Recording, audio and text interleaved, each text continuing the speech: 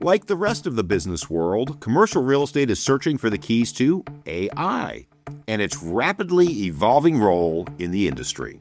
As we all have to figure out how to use this new technology, how to harness its power, while controlling things like data, privacy, and what value it truly brings in developing business and culture.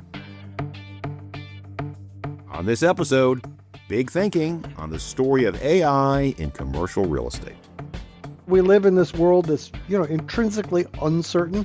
Things change, rare events happen, there's bad luck, and you can't just logic it out. You can't put it all in equations. But the equations can really help you think and do what you do as a human better. That's Alex Sandy Pentland, a computer scientist and faculty member at several institutions, including Stanford and MIT, and an advisor to the Abu Dhabi Investment Authority. He's a data analyst by trade whose primary interests center on people, the way stories and ideas flow around organizations, and how they are used to make decisions. He's also an author who recently published a book called Shared Wisdom about social communication in the age of AI. As a technologist, I get excited with all of this innovation, but I also have two rules. One is that we have technology to solve business problems, and two is we should not get trapped into a solution looking for a problem. And that's Sandeep Davé, CBRE's Chief Knowledge Officer. With that unique title, Sandeep's purview covers digital technology as well as CBRE's data and research teams. The goal of their work, in Sandeep's words, is to create an unbeatable information or knowledge advantage for the company. Coming up, the proliferation of AI and the ways this emerging technology is moving into commercial real estate. I'm Spencer Leedy, and that's right now on The Weekly Take. Welcome to The Weekly Take, and this week we are going to address AI and commercial real estate with Sandeep Davé, the Chief Knowledge Officer of CBRE, his second visit to the show. Welcome back, Sandeep. Always a pleasure to be here, Spencer. Thank you for having me. Thank you for coming. And then we have multiple book author, Sandy Pentland, most recent book called Shared Wisdom. Sandy, delighted to have you here today. Glad to be here. Look forward to the conversation. Sandy, I loved your books. Thank you. All right. And the reason I loved your books is the way that I frame it is you took the old school and you combined it with the new school. And what I mean by that is how humans got information hundreds of years ago through social institutions and how they get it today, and how AI is one of the many things that is upending that today. That's my summary. What's yours? Well, I think you're right on there. We're taught in schools, and we like to brag about being logical and down in the data, and here's the models and so forth. But that's not actually the way people work. If you look at large-scale data of people actually making decisions around the world, and we have data from literally hundreds of millions of people doing these things, you find that actually it's the stories that they tell that really matter. In a community, you tell stories, and you come to a consensus about what is the right way to do things, what's going to work. That's sort of your community wisdom, as it were. And it doesn't mean it's true. It just means it's your best guess, right? And that's the thing that people draw from in making personal decisions, and certainly in making group decisions. And we forget that. We forget that, we live in this world that's, intrinsically uncertain. Things change, rare events happen, there's bad luck. And you can't just logic it out. You can't put it all in equations. But the equations can really help you think and do what you do as a human better. And that's what the book Shared Wisdom is about, is how can we use these tools as AIs and things like that to make better human decisions, not to replace human decisions. Sandeep, what's your reaction to that? AI allows us to make better decisions. It doesn't replace human decisions. What do you think? I think this is a perfect description of how we should be deploying AI. In fact, this is something that we are very thoughtful of when we deploy enterprise in AI setting, which is that it is a co-pilot. AI helps us make better decisions, gives us a perspective. But at the end of the day, we all know AI can hallucinate and we need a human in the loop. I think one of the other things that Sandy mentioned also resonated very much about communities. AI is often thought of as a silver bullet, but it is not. In fact, what Sandy referred to as communities is what we in the corporate world refer to as breaking the silos, where we brings group together to solve real world problems. So, Sandy, you've written several books, and what I'm really trying to do is get to that connective tissue, the connective tissue between shared wisdom, social physics, and new economy data as capital. To me, they're all saying essentially the same thing. How would you describe it? That's basically right. Social physics is about how conversations, information, stories flow. The new economy is about the new tools. So we talk about AI, but things like blockchain, I mean, people go, oh, I don't want to hear about that, distributed ledgers. But, Swift, $4 trillion a day of moving money around, now has a distributed ledger blockchain with little AIs on it for doing trading and hedging and things. JP Morgan deployed same type of thing. So what we're interested in is a world where all these things happen very rapidly, mediated by AI, and we have to remain in control of this because it can get out of whack. And you can see this in all sorts of places. Like you look at the volatility of Bitcoin. You don't want your investments to be that volatile. You might want them to be that profitable, but not that volatile. And so one of the main things is try to think about, okay, in this new world, what's it going to be like? One of the main things that's going to be different that's relevant to your listeners is a thing called tokenization. So this is like securitization. You may be familiar with that. It's a way to have a contract that you can trade that makes illiquid assets liquid. So mortgages, that was a perfect thing. You tie them up in a bundle. And we remember also in 2008 that turned out to be problematic in some cases. Well, that process is going to take off on steroids. The moment you get these sort of digital distributed ledger AI things, you're going to have tokenization of everything. And you could have 2008s all the time also. Let's try to make sure that doesn't happen. And one of the ways to do that is to think about the proper ways to use AI, the proper ways to use tokenization and securitization, and think about it now before we get in the thick of it and realize we're hip deep in the mud. Well, I'm with you on that. I'm all for the democratization of capital. I'm the democratization of the ownership of real estate, but maybe it needs to be structured in a way to prevent that type of outcome. Is that what you're saying, Sandy? Yeah, it's this new age where we're used to a certain pace of transactions, T+3 resolution in banks, things like that.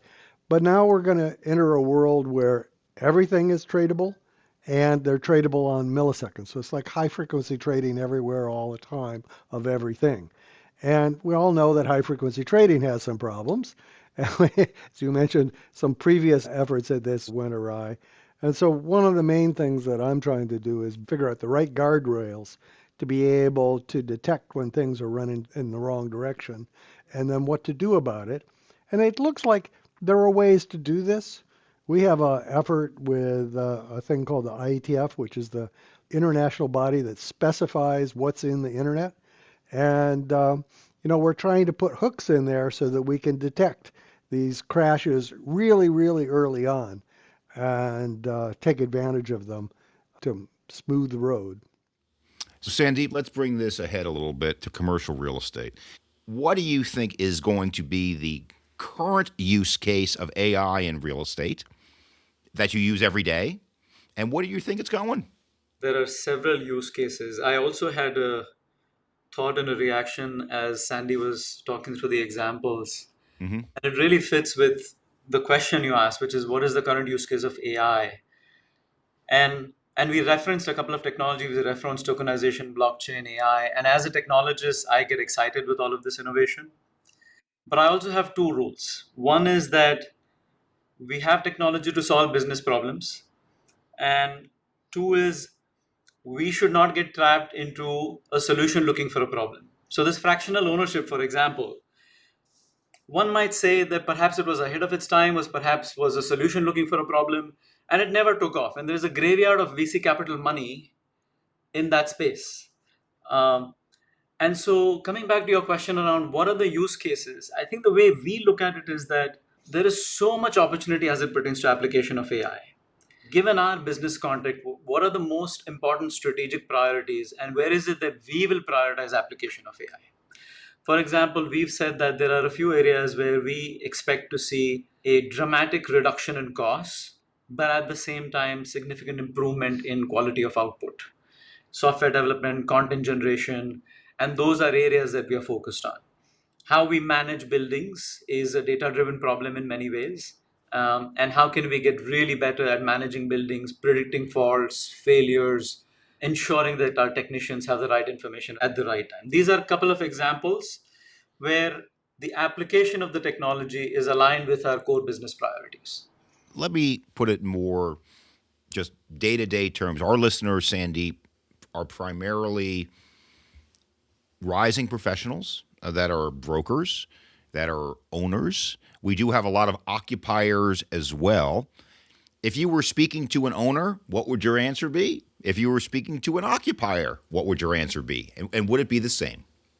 I think in many ways the problems are similar. If I'm an owner, then I want to have the best information around how's my portfolio doing, what's the right time to trade, what is the right market trend to, do I have a view as to which way is the market moving, which way are specific markets moving, what is the specific value of a property.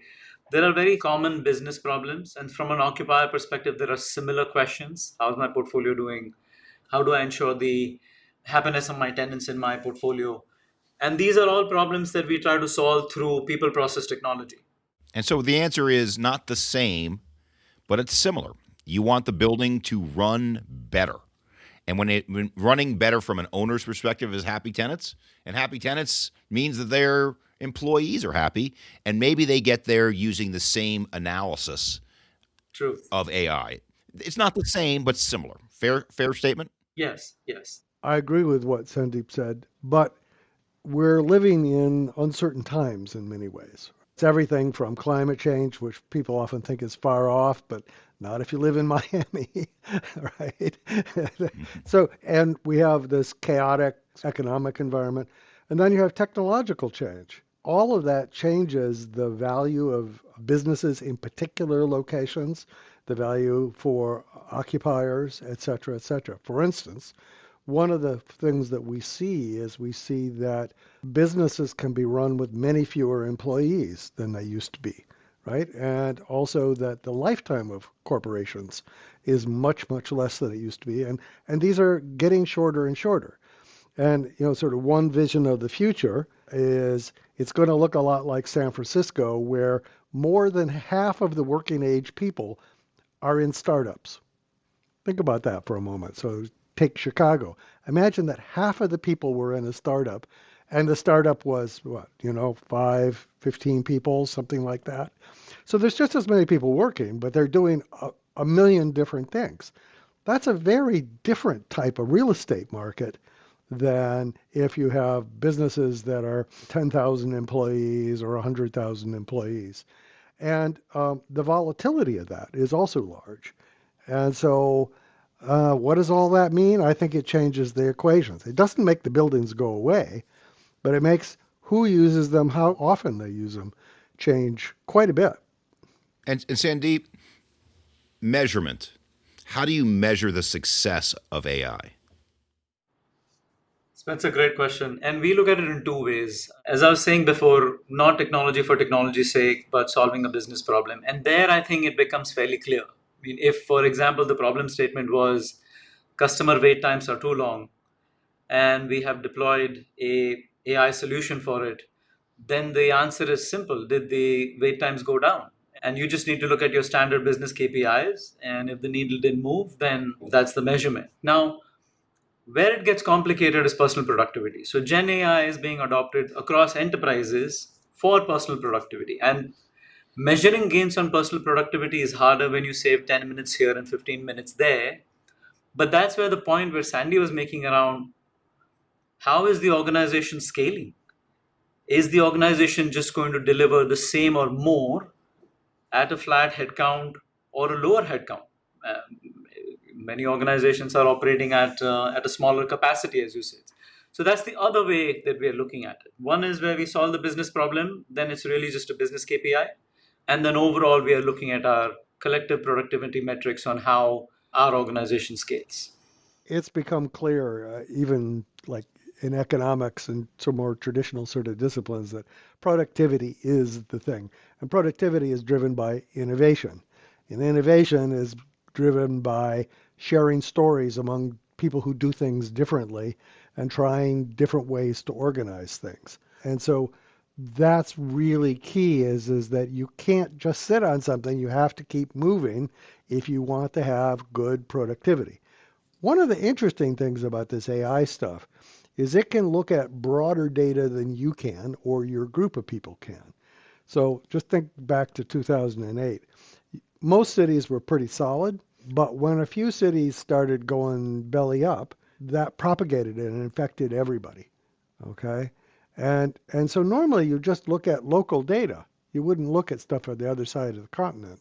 But now you can, and sometimes you can see things coming. And that's important because it's those big rare events, those big innovations that make all the difference in the long run. I think our clients are thinking about AI in the same way that we all are. How do we deploy it in the most meaningful way? And having spoken to many of our clients, I also know that many of them are going through this corporate FOMO. And as a result, there is what ends up happening is a death by use case because there's a lot of activity going on, which does not necessarily result in meaningful benefits. I think there are a few things that, given the breadth of opportunity, I think what our clients would do is that they would pick a few areas that would meaningfully work for them. But what they really should be doing is focusing on their data. How is it that they create the fuel that is going to ultimately create the value? It's not the models, it's the underlying data. In many instances, if they were to streamline and look at efficiencies, then they'll have to first look at their processes. Are the processes standardized, streamlined to be able to then apply technology on it? The technology in and of itself does not make the hard work go away. The hard work is still there to be done. So let me add something to this, because I was on a panel with CTOs from five of the largest companies, and they were under pressure, of course, to deploy AI by their CEO. And what they had to do is they had to go back to the CEO and say, well, the core thing is data. We have to be able to bridge across silos. We need new data sources so that we can measure things. But there was one thing that they sort of almost didn't think of that was actually one of the biggest changes. They had all deployed what they called AI buddies for every single employee. So here's the idea is that we all know that nobody reads the manuals. Nobody reads the newsletters. Nobody knows what's happening 2 offices down, let alone in the other side of the country. And so you give people these little local AIs that have read the manual, that have read the newsletter, that know what other parts of the company are doing. And what you find all of a sudden is people are much more in the loop. They know the context of what they're doing, the best practice, far better. Now, it doesn't look like a revolutionary change, same job.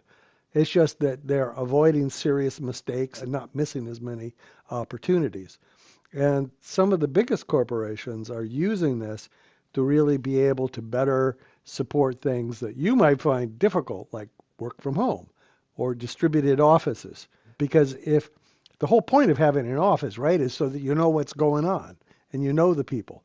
But if you can actually enhance that using these little local AIs that are sort of connector AIs, right?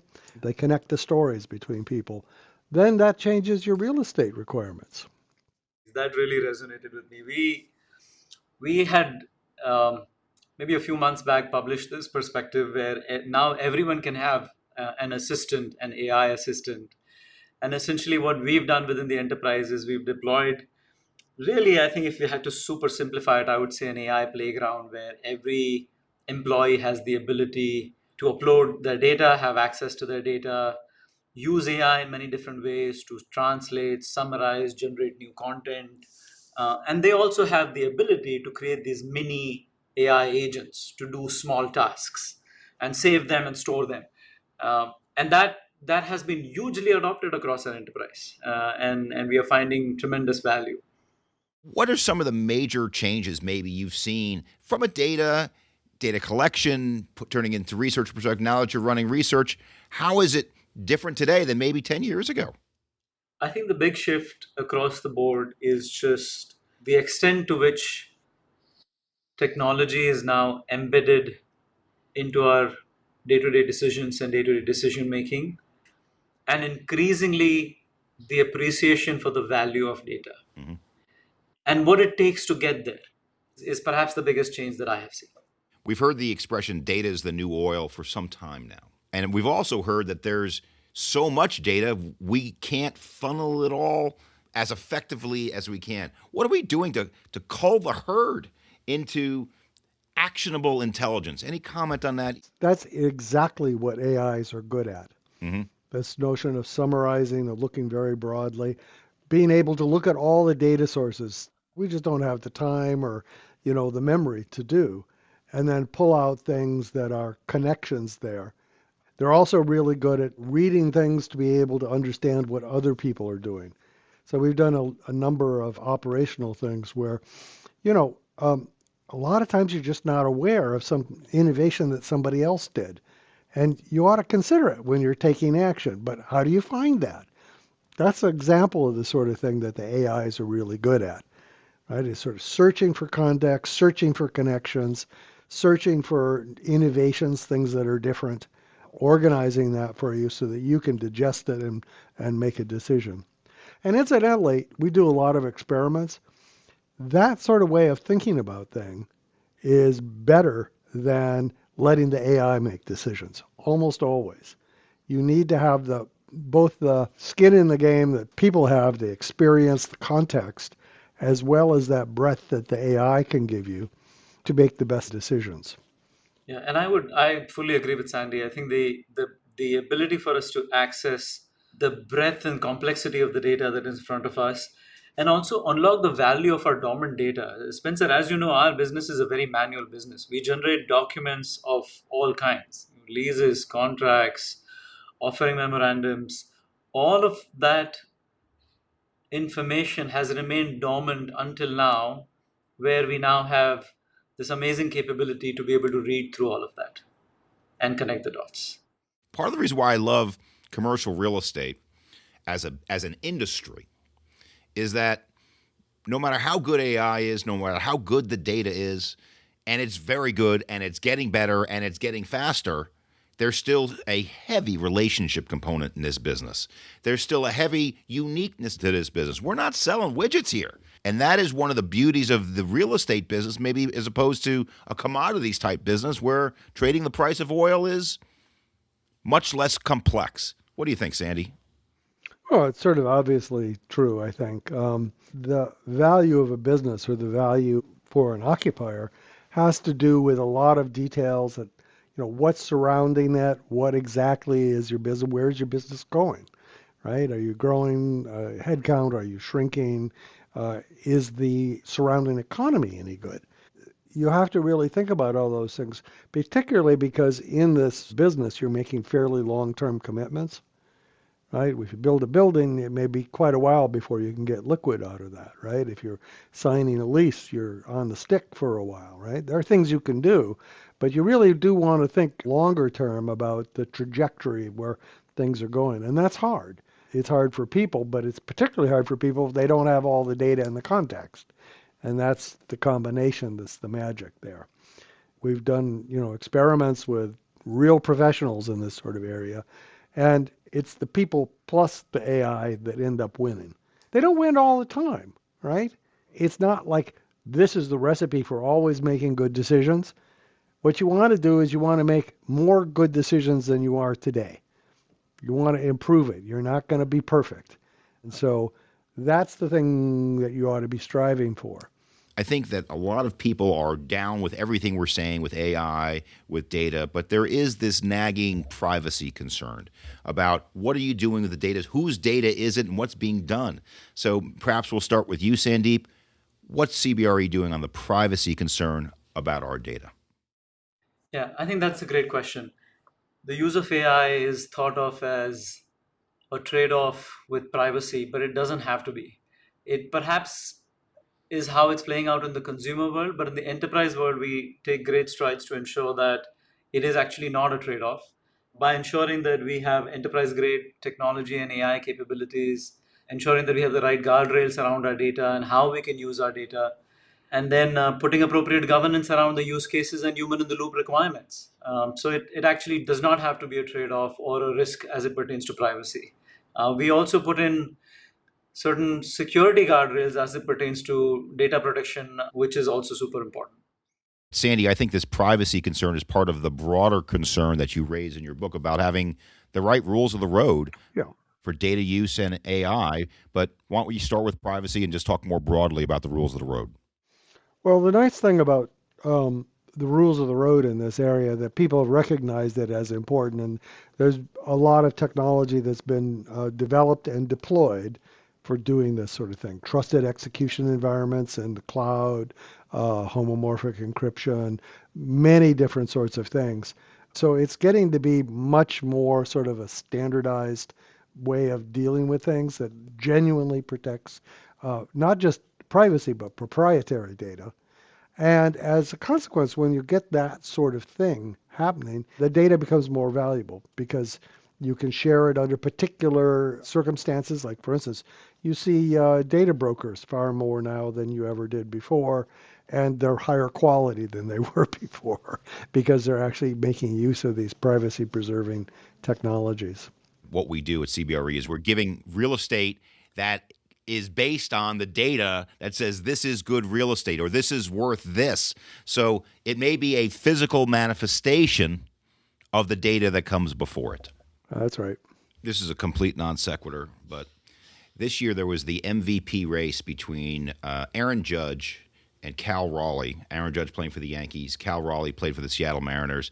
Aaron, by every statistical measure, had a better, didn't have as many home runs, but just per at bat, all of the modern statistics, Aaron just blew him out of the water. However, Cal Raleigh had a much better story. I mean, this is a catcher that is leading the league in home runs, hit over 60 home runs.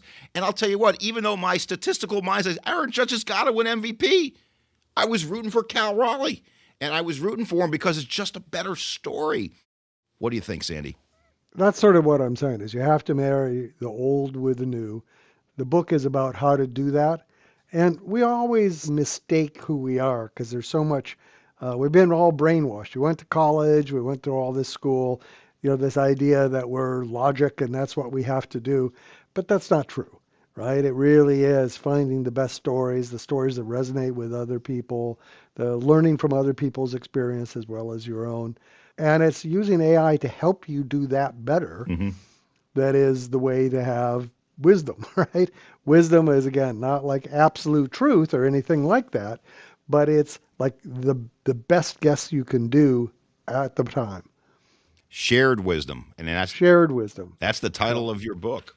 That's the title of the book. That's right. A lot of what you talk about in your book, Sandy, is, and I'm going to quote you in your book, Sandy, the dominant voices are, quote, dragons. What does that mean? That's a term from finance. It means big and dangerous, okay? But, you're familiar with this if you do any sort of social media. There are people, there are these voices that have millions of followers, and they just dominate the discussion. And, of course, this is what all the politicians try to dominate the discussion with their view. But if you can not listen to them for a while, you get a very different view of what's going on. So like when we look at topic after topic after topic, people have the impression that, there's an incredible amount of polarization and lack of trust and so forth. But actually they agree about most things, except for some extreme people at the ends. Those are the dragons. And unfortunately, in a society where the louder voices get more advertising, they get more power, they get more this, that, and the other thing, there's always going to be these dragons that rise up and destroy the ability to have a productive conversation. And I think it's one of the things you need to be aware of is the thing of the day, the thing that's front and center on everybody's mind is often the thing that's destroying the conversation, not the thing that is the most important thing in the conversation. What you're getting here is something that is community intelligence versus collective intelligence. And I think the difference is, and again, I like your definition, but I think the difference is that the community embraces one. The community may know the other, but they don't necessarily embrace it. Is that That's right. Yeah. the difference? No. I mean, community intelligence is what the community knows about how to work, what's the right way to do it, things like that. And there's a subset in there of community intelligence, which is the wisdom of the community. These are the ways that really work, and everyone pretty much agrees. The reason it's important is that the community intelligence includes new things that aren't vetted yet. They're sort of ideas you ought to be aware of because maybe they'll turn out to be good. And the core that everybody agrees about, the community wisdom, those are the things that you can get lots of people to sign on to. So for instance, if you're trying to put it together in an investment consortium or you're trying to get something approved through some sort of regulatory body, you have to stick to things that people are familiar with and they believe that there's a reliable story about it, because otherwise it's going to be really hard to get everybody in the same space. But at the same time, you have to be aware of these new innovations, these new stories, these new things that are the rare events that happen, and put that in your equation to balance it. But it's very difficult to use those as a way to promote action because it's not shared among everybody. Mm-hmm. So I think action is both collective action and then that it's micro action. So collective action is something like climate change. Let's all get on board and solve this mega issue. The micro action is go buy this building, go lease this space. And how does this information make us better? So, Sandeep. Well, let me just disagree just a little bit. Okay, there's a big like climate change, right? Right. To invest in Miami or not, right? And it's sort of obvious. But then on the other hand, it's like, for instance, in Boston, I have roots there, of course. Everybody was on board about the idea of doing biolabs. Very expensive, long-term leases, looks like a good business, but the pharma industry has to be healthy for that to happen. And so everybody had this collective wisdom that the way forward was to build more biolabs, right? Turned out that was a mistake because pharma has had a pause in its growth and investment. And so all these people are left hanging trying to build these biolabs or having built biolabs, they're all stand empty. So what you had in Boston was this agreement by everyone, this shared wisdom that biolabs were the way forward. Turned out to be, let's just say, premature. Biolabs are a good investment. Absolutely. We need them. They'll be occupied. But the people that were promoting them went over the top. They were the loud voices, the dragons in the conversation. And the result of them like selling it without enough introspection by the actual people who are paying the bills was overbuilding. So Sandeep, how do you see research and taking the data and communicating it better so our clients make better decisions? Yeah, in so many different ways, we are leveraging AI in our overall research value chain. One, just the ability to ingest a lot more data, do it quickly, increase the breadth of our vision, as we were discussing before, and the point that Sandy made. And the second is the ability for us to accelerate creation of content, new content, more focused content, more topical content. The effort to create content is going down. The effort to create tailored content is going down. And so therefore, how can we take advantage of doing something like that through the use of AI? Given that we're talking at the cutting edge of technology here, where are we going here? What would you like to see in the next 3 or 4 years with our use of data, with our use of AI that makes things better for our clients? So Sandeep, why don't we start with you? Yeah, I think that we are going to see the technology evolve at a significant pace as we've continued to see over the last couple of years. And that's going to unlock massive opportunities, massive efficiency opportunities, the ability for us to do things differently, but to do different things as well. And we've got to be prepared for that change.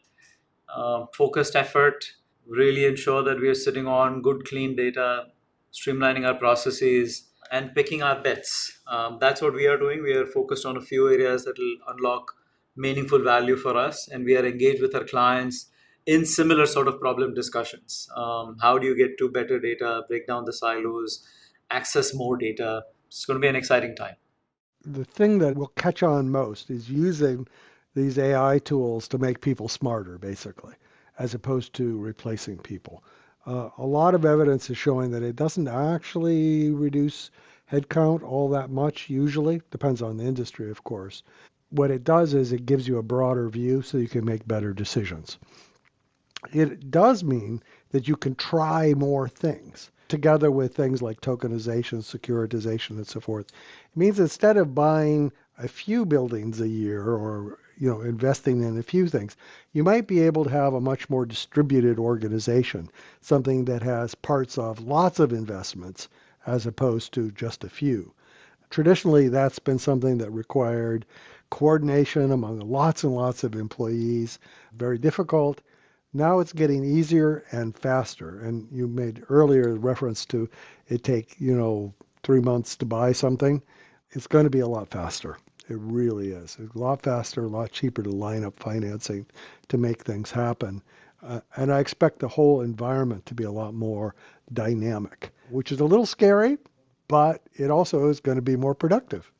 The whole point here is this sort of migration towards faster, more distributed, more need for context and a broad view is just going to happen to everybody. Better, faster information is, I think, the name of the game. But I think we all agree there needs to be some rules of the road on how it's used. Absolutely. So that we don't make some of the mistakes of the past.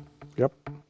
Well, on behalf of the Weekly Take, thank you again for coming back again, Sandeep Davé, the Chief Knowledge Officer at CBRE. Great job. Pleasure to be here. And then we had Sandy Pentland, multiple book author, most recently the book Shared Wisdom, but has other books, another big thinker on data, big thinker on AI. Sandy, thank you. Glad to be here. Glad to talk. Interesting conversation. We'll have more big thinking about this topic in the weeks to come, keeping, well, an eye on AI and the role of this important and rapidly emerging technology. You can stay on top of our upcoming shows by subscribing to our feed, and you can also look back at other tech-focused episodes in our archives. All of that is available on our website, cbre.com/theweeklytake, or on the podcast platform of your choice.